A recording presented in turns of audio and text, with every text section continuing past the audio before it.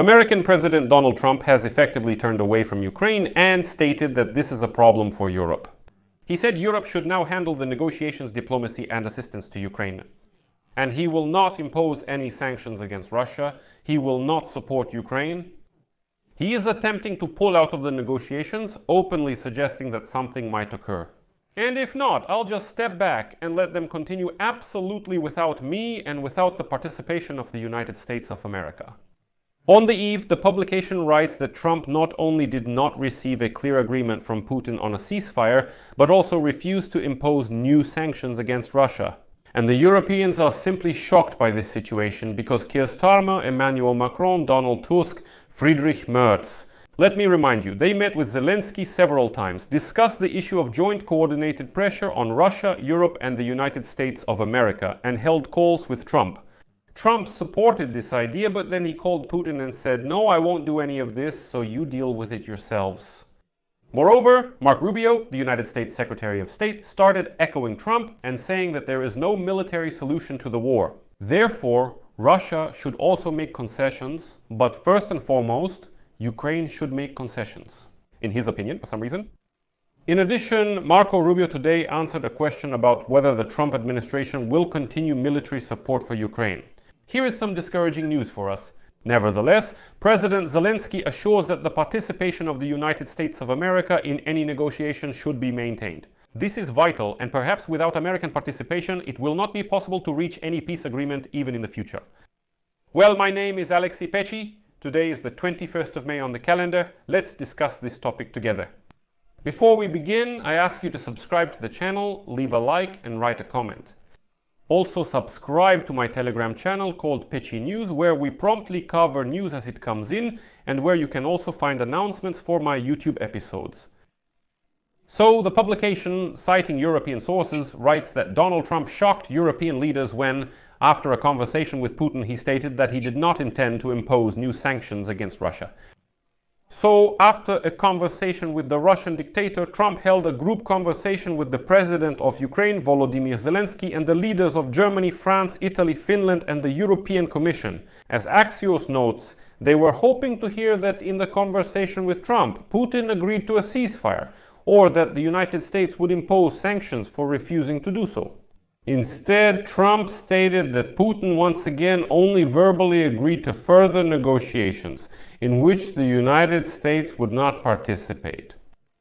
At the same time, the United States president opposed the idea of imposing new sanctions at this point. And this information was confirmed by two sources who were present during the Europeans' conversation with Trump, as well as a third source familiar with the conversation. According to the publication, Trump gave the impression that he was moving toward a complete withdrawal from this issue, that is, the issue of sanctions.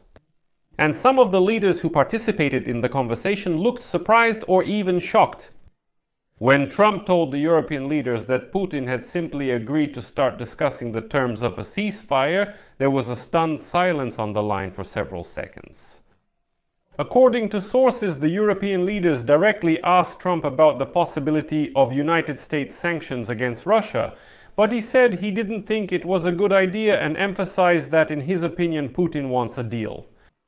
According to the source, the United States president assured the Europeans that Putin had promised to provide a peace memorandum with his terms for a ceasefire and an end to the war. At the same time, Trump noted that he asked Putin to provide something that people could agree to, not a proposal that would be immediately rejected.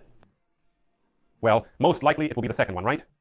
Although Trump expressed confidence that Russia and Ukraine can conduct bilateral direct negotiations without any intermediaries because they understand all the details of the conflict better, the Europeans did not agree with this.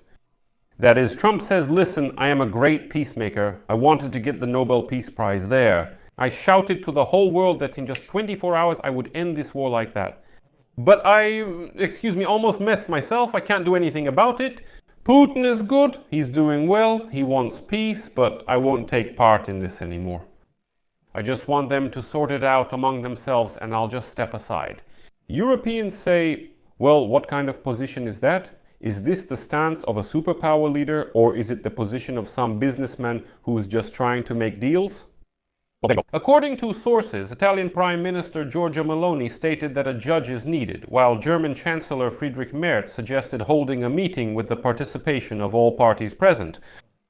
During a phone conversation, Finnish President Alexander Stubb asked Trump what the next steps would be, and Trump replied, "I don't know. Someone needs to reveal the progress of the negotiations so we can decide our next steps." That's the answer. Attention. That's the answer of the President of the United States of America. They tell me this. So what's next? Yes, I don't know. Listen, we need to decide who will come out and make a statement. The President of the United States of America was elected by Americans.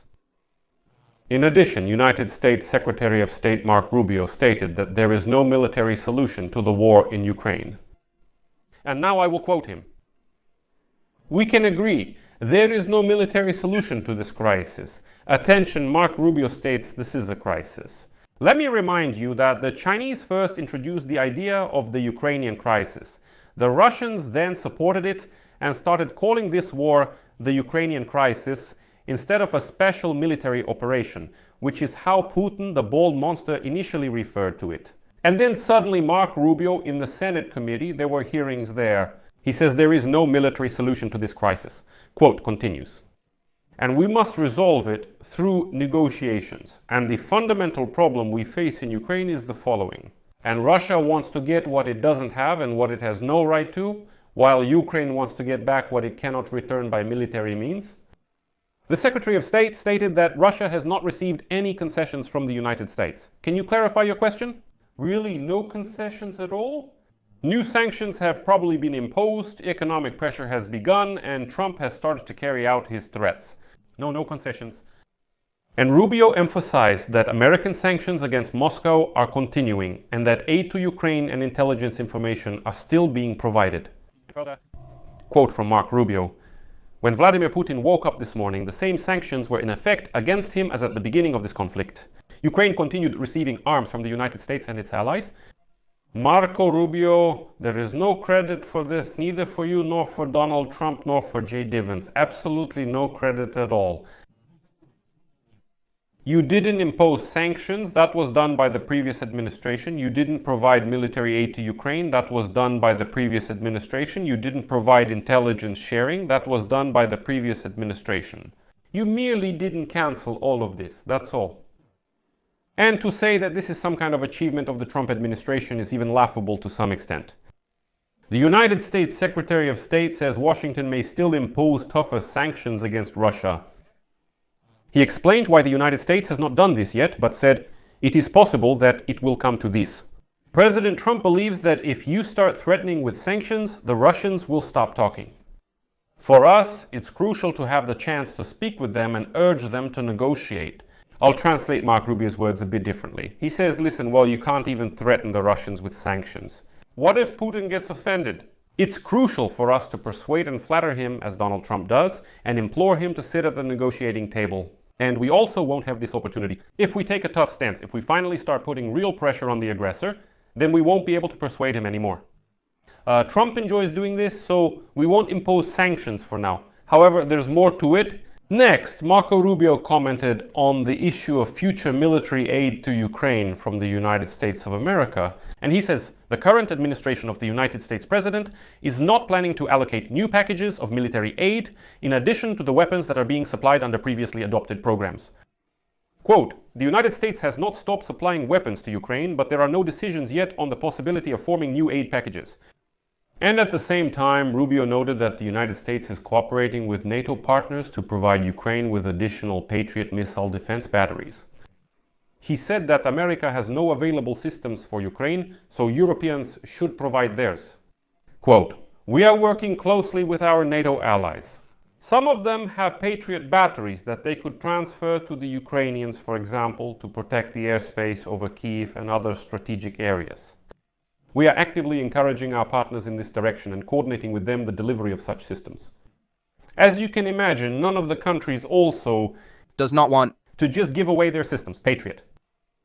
This is where the quote ends, but Mark Rubio needed to say more, yet indicated that no action would be taken.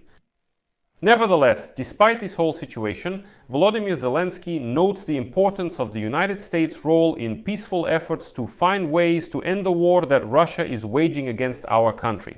And he states that no, we still need to somehow keep the Americans involved in this diplomatic process. Quote from Zelensky, "It is important that America continues to be a participant in the process of bringing peace closer. It is America that they fear in Russia, and it is precisely American influence that can save many lives if it influences Putin for the sake of ending the war.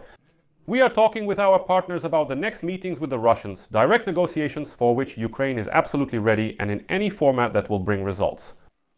So Zelensky is still trying to maintain the participation of the United States of America in this diplomatic process? But how realistic is this based on the position of the White House? It's very difficult to say at this point.